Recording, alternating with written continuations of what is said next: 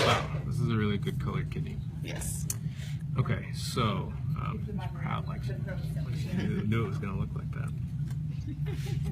Okay, so looking at the gross anatomy of the kidney, we see the convex lateral border, the concave medial border with the hilum, the little divot where everything enters and leaves. Coming out of that hilum, you find maybe there's blood vessels. Yeah, it's there. I saw it. And a ureter in there somewhere. It's there. Yep. So this might be the ureter. I don't know. But anyway, so taking a frontal cut, you see the light-colored cortex out here. This is where all the glomeruli are. Okay. Every glomerulus in the kidney is out in the cortex. And then interior, you have these darker-colored pyramids in the medulla, and they usually are darker colored. And you can see that each one has a rounded base at the cortical side, and then pointing towards the inner medulla, we have the apex, or the point, or the papilla. Papilla is a word that means nipple, and anatomists love naming stuff papilla. Anytime there's a bump or a point or something, some anatomist calls it a nipple. You know, maybe that tells you something about what being an anatomist is like. But anyway, so the glomeruli and most of the nephron is all out here in the cortex. Anybody remember what the pyramid is mostly composed of? Collecting ducts. And you can see that the pyramids often look striated. You can see, lines all pointing towards the papilla, the apex, and that's literally,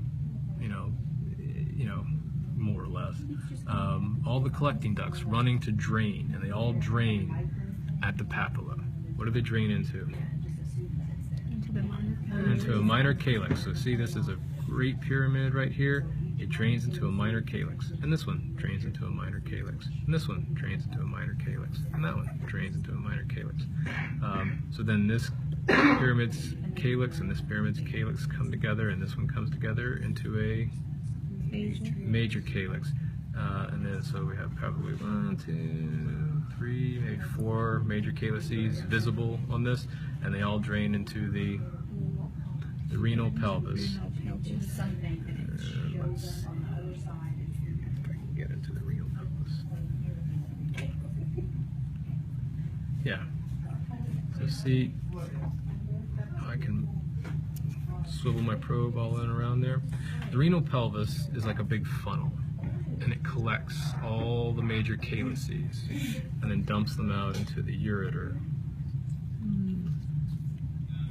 No, that's not so much it. But anyway, so that's that. So this here, this. So this the calyces, or is that the renal column? Yeah. So the pyramids are separated by little extensions of cortical tissue. These are the columns, and that's all it is a bit of cortical tissue between the pyramids. It just separates one pyramid from another. That's all a column is. And then you'll see a little adipose tissue here and there, and the packing peanuts of the body. You see it, packing all around the vessels, exiting the hilum. So this is the renal pelvis. Right around in here, yeah.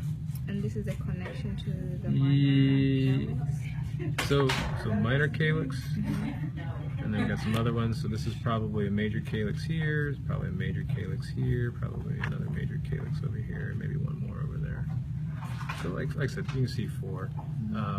And yeah, so the renal pelvis is, so it's collecting here and here and here and here.